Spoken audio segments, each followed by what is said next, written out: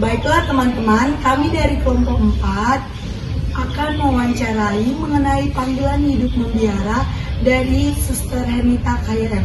Perkenalkan, nama saya Rebecca Cahya Puspitistorus. Nama saya Indah Gultom. Nama saya Indah Subarani. Nama saya Arimaska Bepenjer Marbo. Saya Puspitistorus. Saya Benny Piliang. Saya Pranjal Danipa. Baiklah, silakan menyaksikan video kami. Baiklah, pertama-tama terima kasih buat suster yang sudah menyempatkan waktunya untuk kami bisa menyelesaikan tugas wawancara kami. Baik, terima kasih Suster Ernita. Di sini saya bertanya, bolehkah Suster sedikit cerita tentang latar belakang keluarga Suster? Kalau mengenai latar belakang dari keluarga, saya itu anak ketiga dari 4 bersaudara. Satu abang saya sudah menikah, yang kedua kakak saya sedang menjadi perantauan, ketigalah saya, keempat adik saya yang sedang kuliah di Selatan. Orang tua saya masih sehat. Bapak dan ibu saya bekerja sebagai wirausaha, jualan kain begitu. Kalau sebelum saya jadi suster itu, saya sering ikut dengan orang tua saya untuk berjualan, dan kemampuan ataupun pekerjaan orang tua saya mempengaruhi pribadi suster juga. Jadi ada kesukaan-kesukaan untuk seperti dunia berdagang begitu.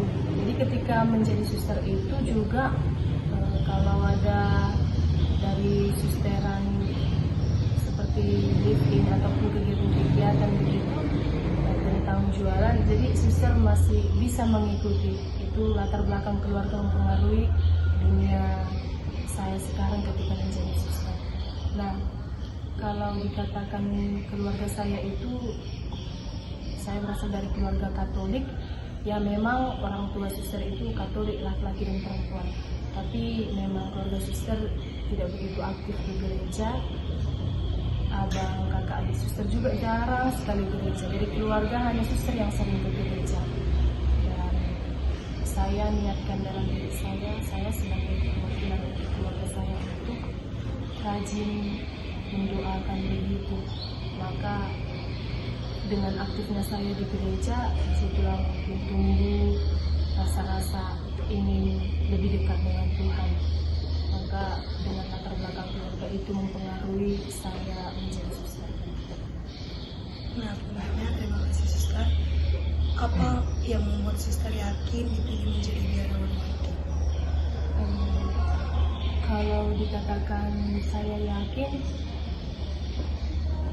itu seiringnya waktu ketika sudah saya jalani tahap demi tahap beberapa tahun menjadi suster. Sebelumnya ketika mau jadi suster itu tidak niat dalam hati, tidak niat sekali gitu, hanya ingin mencoba. Namun sudah semakin dewasa usia dan semakin ditata menjadi suster itu, disitulah suster menjadi membuat motivasi yang murni. Dan saya semakin yakin menjadi suster ketika suster diberi semangat oleh keluarga, para suster itu sekalian, diyakinkan bahwa saya itu cocok jadi suster itu. Dan dari diri saya juga mempengaruhi bahwa saya mau jadi suster supaya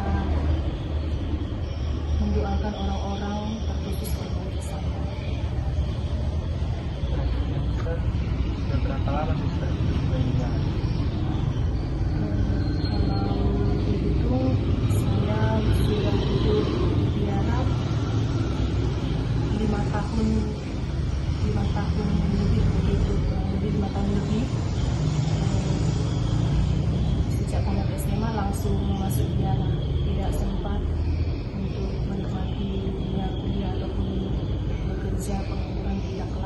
masih keluar. Maka kalau dihitung sudah 5 tahun lebih ya sampai.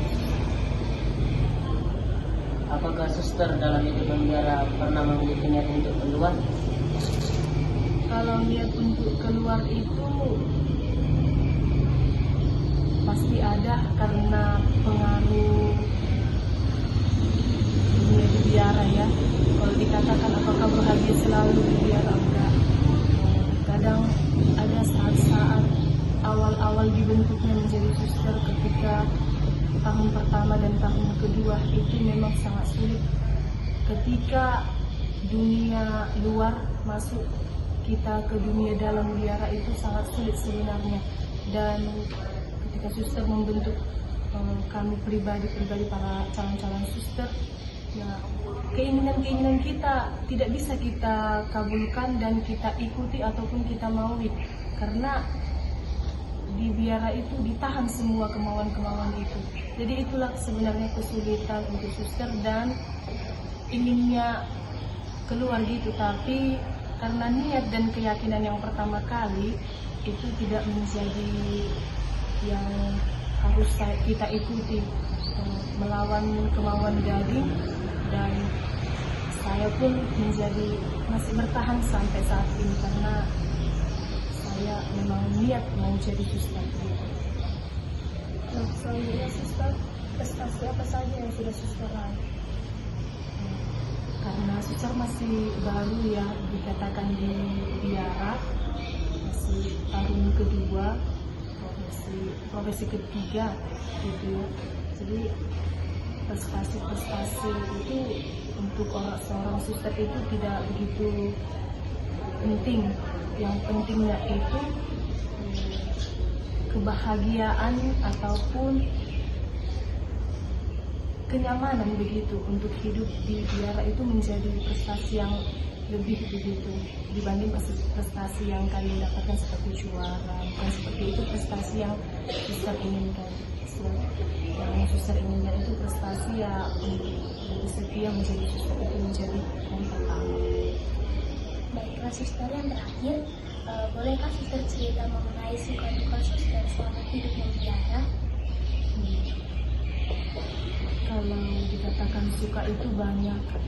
Ketika di biara itu para suster itu ya kadang kalau kita lembutkan semua manusia pun senang dilembuti, tapi kalau dikatakan dengan kasar tidak suka ya. Itulah yang suster alami di biara. Ketika para suster itu menegur dengan lembut ya saya senang, ketika dengan kasar ya kadang tidak terima.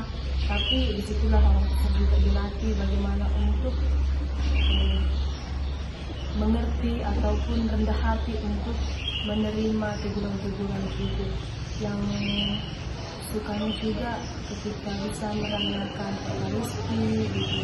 Kalau kita sekalian sebagai awam, saya dulu ya sebagai awam kan tidak terlalu sering mengikuti Ekaristi, tapi ketika sudah menjadi suster dan itu menjadi kehidupan ataupun kebutuhan pokok seorang religius, dan itu yang saya terima dan itu menjadi nyaman begitu.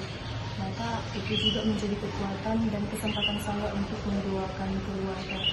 Itulah sukanya. Dan juga masih banyak lagi memang suka-suka yang saya alami. Dan kalau duka yang saya alami itu tidak ada ya. Ada, tapi ya seperti yang tadi, teguran-teguran itu yang kadang membuat tidak enak di hati.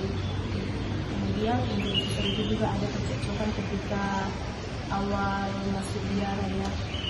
Ketika bayangkan tamat dari SMA, banyak kumpulan teman saya suster itu satu angkatan dan berbeda-beda latar belakang keluarga dikumpulkan menjadi satu, dan itu masih mementingkan ego-ego masing-masing. Jadi itu menjadi kesulitan dan duka bagi saya ketika harus menerima kelemahan ataupun kelebihan orang lain begitu. Jadi karena sudah makin dewasa, semakin dibina dan dibentuk menjadi suster, saya pun semakin berusaha untuk lebih setia begitu. apa niat seorang suster yang menjadi biarawati? Kalau dikatakan niat mau menjadi seorang biarawati itu, yang pertama mau menjadi berdoa bagi keluarga. Ya, karena seperti yang saya katakan sebelumnya, situasi keluarga yang jarang ke gereja, nah itu mempengaruhi suster bagaimana supaya perwakilan untuk Tuhan, ya lebih dekat kepada Tuhan, dan dengan itu juga saya bisa menempatkan diri saya untuk mendoakan keluarga suster begitu. Dan kalau dikatakan melihat keluarga, ya banyak keluarga saya itu Katolik semua tetapi jarang ke gereja, dan itu menjadi kesedihan hati saya sebenarnya.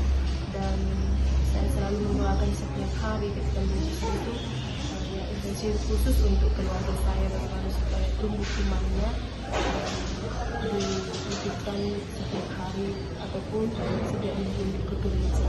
Itu kedua suster, dan setelah jadi suster itu ya ada perubahan gitu. Ada juga perkembangan suster dalam hidup berbiara. Dengan tantangan awal suster. Tantangan awal saya ketika mau menjadi suster itu, ya kedua orang tua saya sebenarnya belum setuju ketika saya mau menjadi suster, karena dilihat sebenarnya jadi suster itu bukan hal yang mudah, hal yang sulit sebenarnya. Hanya orang-orang tertentu yang bisa sanggup di situ. Tapi dengan keyakinan saya mau begitu. Memang maunya saya itu hanya sekedar coba begitu, tapi itu besar maunya gitu. Jadi saya katakan ke orang tua saya hanya mencoba dulu, memang 1 tahun, tidak menjadi terus begitu. Saya rasakan dulu bagaimana hidup di biara, apakah saya bahagia. Nah, ketika itu orang tua saya mengizinkan, karena kan belum pasti begitu mau jadi suster. Maka ketika menjadi 1 tahun saya alami hidup di biara dalam pembinaan, ya, enggak bahagia selalu, adanya duka, jengkel, tidak suka dengan teman-teman calon-calon para suster saat itu. Tapi hati saya mengatakan bahagia, memang pikiran saya mengatakan tidak bahagia. Tapi kalau sudah hati mengatakan bahagia, nah maka saya katakan kepada orang tua saya masih mau lanjut. Memang sempat saya mau dijemput, tapi saya katakan tidak, karena saya masih mau tetap mendapat kakak menjadi suster. Baiklah suster, terima kasih atas waktunya. Kami mengucapkan terima kasih banyak telah selesai suster.